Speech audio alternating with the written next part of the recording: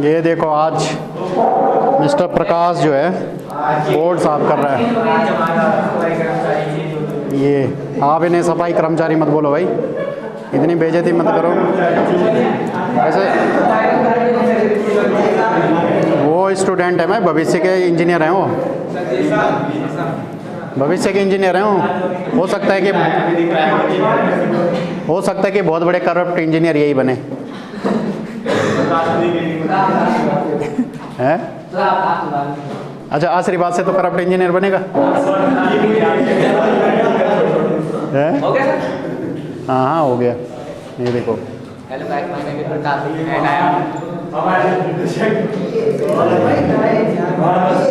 देखो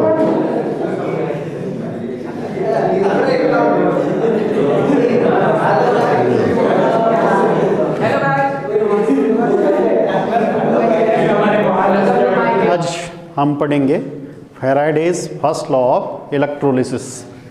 देखो फैराडे के लॉ जो हैं आपके पास फिजिक्स में भी आएंगे, और मैंने देखा कि एक बार मतलब जब मैं कॉपी चेक कर रहा था तो कई लोगों ने जो है फैराडेज लॉ ज़रूर पेपर में आते हैं, और कई लोगों ने जो है फैराडे के जो लॉ है वो इलेक्ट्रोमैग्नेटिक लॉ लिखे हुए थे, मतलब फिजिक्स के लॉ लिखे हुए थे। ध्यान दीजिएगा, आपको इलेक्ट्रोलिसिस से संबंधित लॉ लिखने हैं केमिस्ट्री में। फिजिक्स में जो लॉ है वो मैग्नेटिज्म के है, मतलब मैग्नेट के, चुंबकीय नियम है। और यहाँ पर जो लॉ है फैराडे के वो इलेक्ट्रोलिसिस से संबंधित है। इलेक्ट्रोलिसिस का मतलब मैंने आपको समझा दिया। इलेक्ट्रो मतलब बिजली, इलेक्ट्रिसिटी, लिसिस मतलब तोड़ना। अगर हम किसी सॉल्यूशन को बिजली के द्वारा ब्रेक डाउन करेंगे, तोड़ेंगे, जैसे उदाहरण के तौर पर अगर हम एक कंटेनर लें और उस कंटेनर में कुछ साल्ट ले लें, जैसे कॉपर सल्फेट ही समझ लीजिए आप, और copper sulphate solution, copper sulphate का हमने सॉल्यूशन तैयार किया, ठीक है।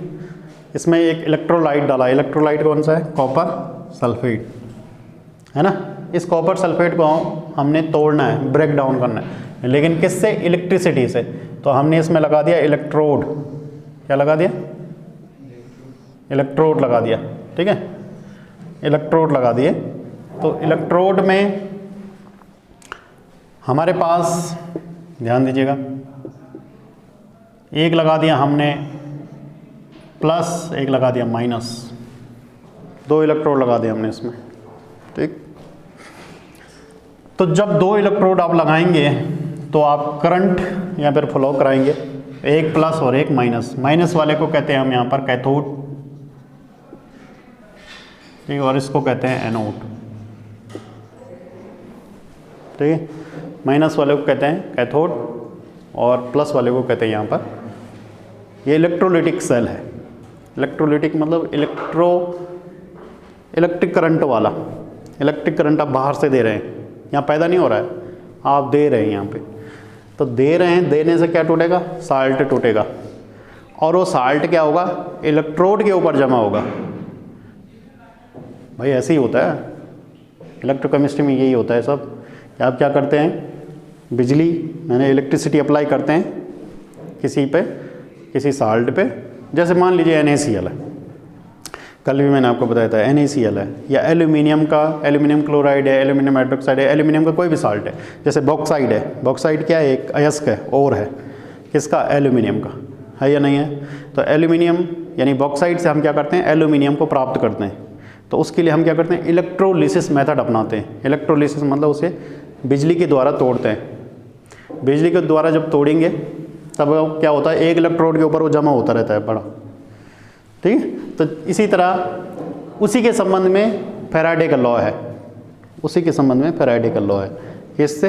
बिजली से किसी साल्ट को तोड़ना और फिर उसे किसी इलेक्ट्रोड के ऊपर इकट्ठा करना, ठीक है। भाई इंडस्ट्री में भी यही प्रोसेस होती है। अगर आपको एल्यूमिनियम प्राप्त करना है, एल्यूमिनियम धातु प्राप्त करनी है, या फिर आपको सोडियम धातु प्राप्त करनी है, पोटेशियम धातु प्राप्त करनी है, तो उसके लिए इलेक्ट्रोलिसिस मेथड ही अपनाया जाता है। इलेक्ट्रोलिसिस में क्या होता है कि जो भी उसका ओर है, ओर मतलब अयस्क, जो भी उसका अयस्क है उसको एक कंटेनर में डाल के दो बड़े बड़े क्या कर दिए जाते हैं, इलेक्ट्रोड लगा दिए जाते हैं। और इलेक्ट्रोड लगाने से क्या होता है, इलेक्ट्रोड लगाने मतलब इलेक्ट्रोड पर हम क्या करते हैं, बिजली अप्लाई करते हैं। और बिजली अप्लाई करने के बाद वो साल्ट टूटता है, और टूटने के बाद वो इलेक्ट्रो किस पर जमा होता है, इलेक्ट्रोड के ऊपर जमा होता है। ठीक है, किसके ऊपर जमा होता है, इलेक्ट्रोड। तो ये इलेक्ट्रोलिसिस से संबंधित क्या है, फैराडे का लॉ है। और क्या कहता है फैराडे, अब हम फैराडे का लॉ को समझते हैं ध्यान से।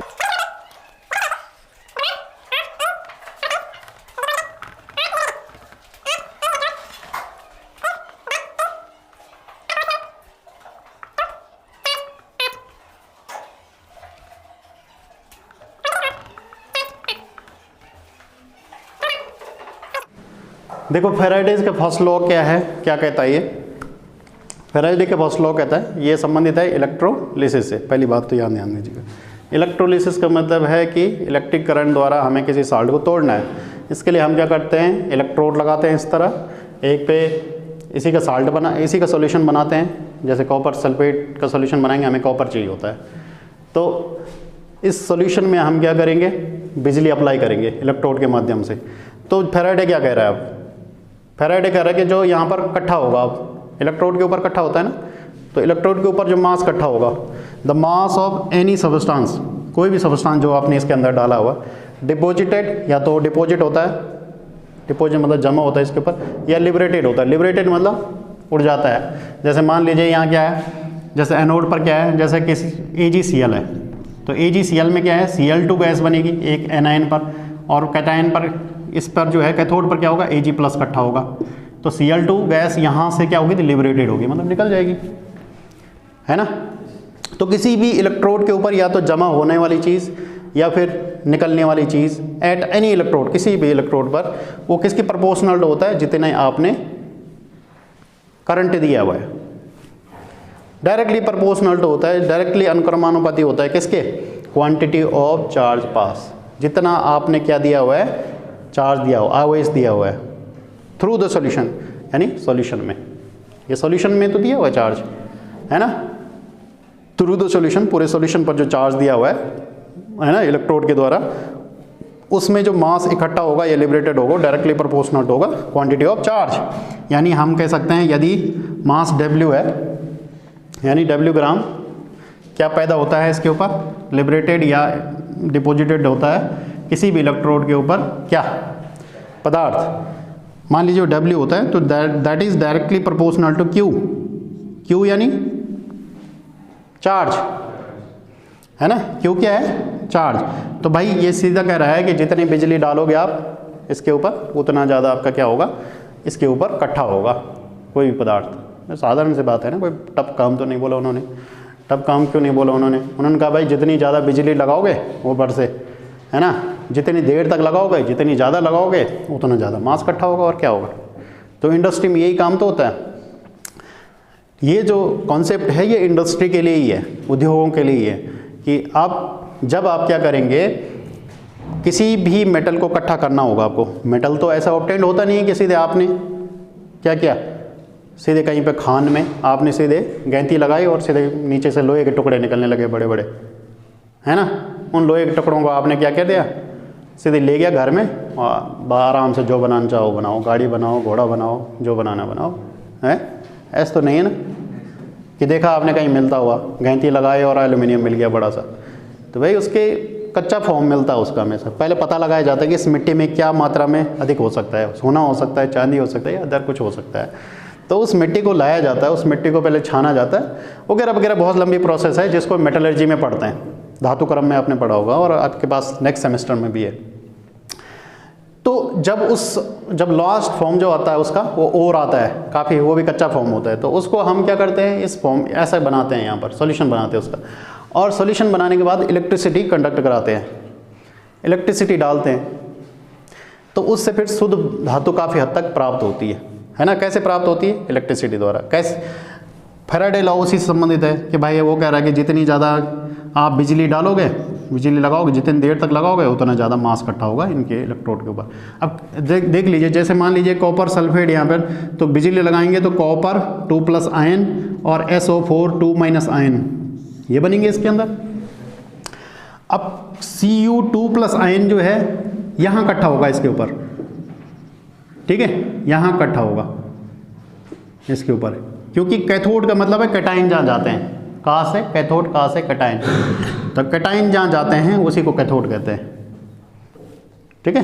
ये इलेक्ट्रोलाइटिक सेल है, तो इस सेल में कैटाइन जिस तरह इलेक्ट्रोड पर जाएंगे उसी को हम क्या कहेंगे, कैथोड कहेंगे। कैथोड क्या होगा, नेगेटिव पे जाएगा, क्योंकि ये प्लस है, इसको इलेक्ट्रॉन चाहिए होता है, इसके पास इलेक्ट्रॉनों की कमी है, तो इलेक्ट्रॉन एक्सेप्ट करेगा यहाँ पे, और ये इलेक्ट्रॉन छोड़ता है, SO4 क्या करेगा यहाँ पे, इलेक्ट्रॉन छोड़ेगा। ये इलेक्ट्रॉन कहाँ जाएंगे, फिर इस तरफ जाएंगे यहाँ पर, है ना, और इसके ऊपर कट होंगे।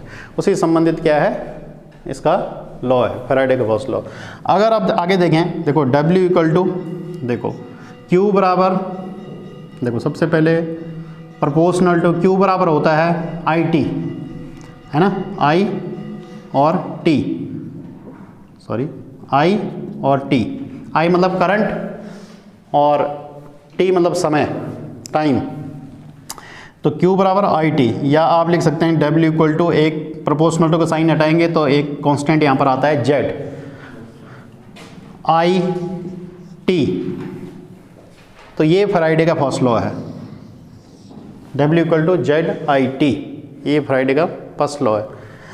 अब देखो आप यहाँ पे W इक्वल टू, अगर मान लीजिए, ध्यान दीजिएगा थोड़ा, W क्या है, मास है किसी भी पदार्थ का, जमा होता है, कब जमा होता है, वो जितनी ज़्यादा करंट आप देंगे जितने समय के लिए। IT का मतलब क्या, उस समय, T का मतलब क्या, उस समय। तो मान लीजिए आप यहाँ पे, मान लीजिए लेट एज्यूम करते हैं कि करंट जो है वन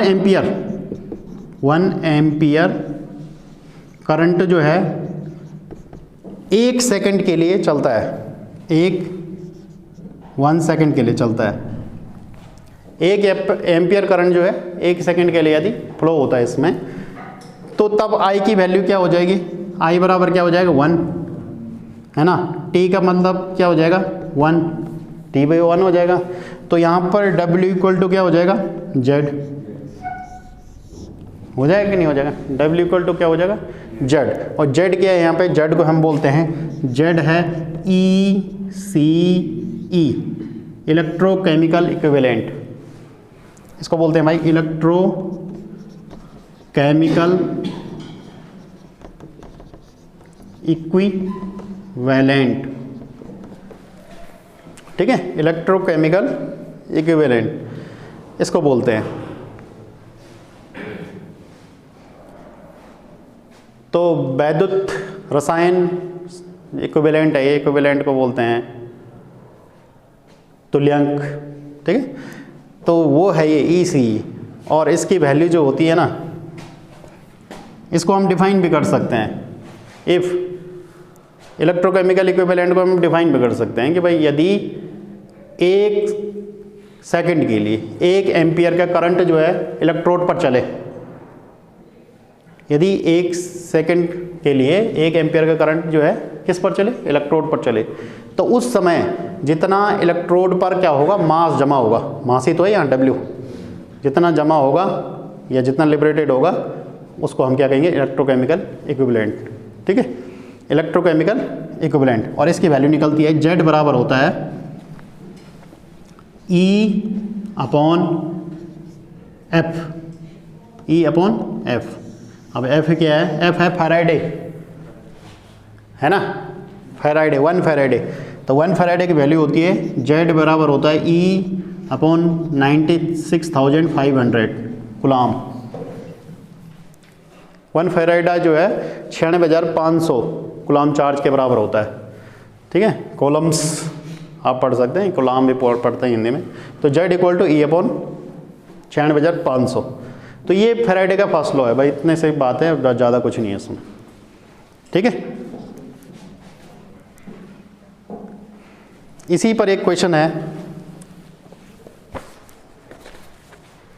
इससे संबंधित एक क्वेश्चन है, a current of 4 ampere on passing through a solution of silver nitrate for 25 minute deposited 6.66 gram of silver, calculate electrovalent of silver.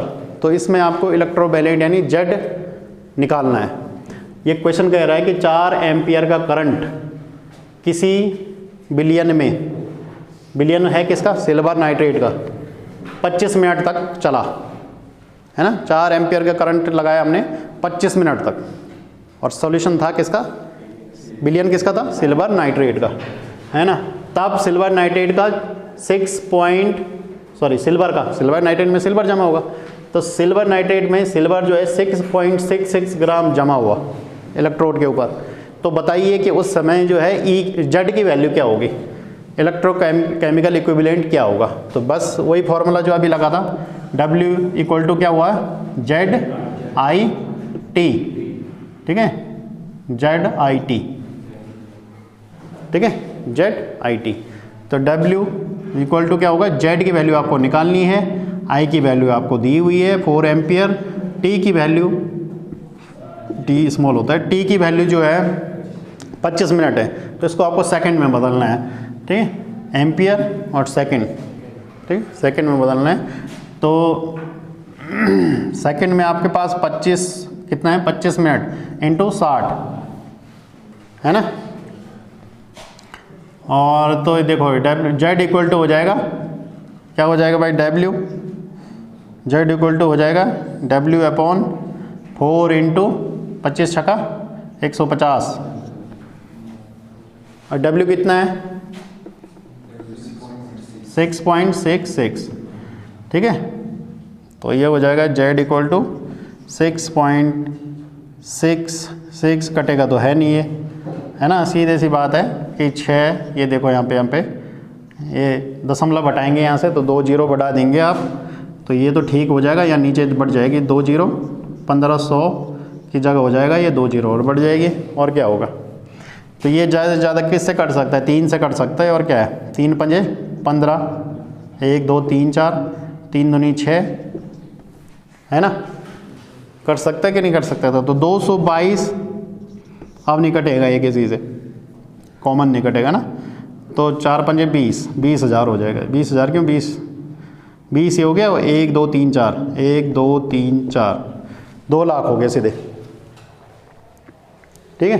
तो 222 में आपने क्या देना है, 2 लाख का क्या देना है, भाग देना है, 2 लाख का देना है, ठीक है। जाएगा तो नहीं ना, तो जाएगा नहीं तो क्या करना है भाई,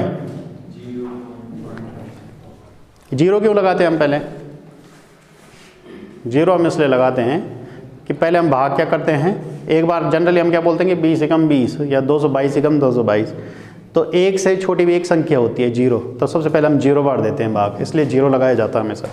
तो ये जीरो लगा दिया हमने इसमें, तो 0 दशमलव अब लगाएंगे हम यहाँ पे 0 दशमलव लगा दिया, यहाँ 0 बढ़ गया, फिर भी भाग नहीं जाएगा क्योंकि ये 2220 है और ये 2 लाख है, फिर एक और 0 लगाएंगे, फिर एक 0 और बढ़ जाएगा, तो 22,200 हुआ, अभी भी नहीं जाएगा, तो एक 0 और लगानी पड़ेगी, अब हुआ ये 2,22,000, हुआ कि नहीं हुआ, तो 1 बार जाएगा 2 लाख, फिर 22,000 बच जाएगा, ठीक है। फिर बना आपको क्या लगाने पड़ेगा, 22,000 में एक 0 और लगानी पड़ेगी, फिर 2,20,000 फिर से हो जाएगा, फिर 1 बार जाएगा, तो इस तरह आएगा ये मतलब, ठीक है ना।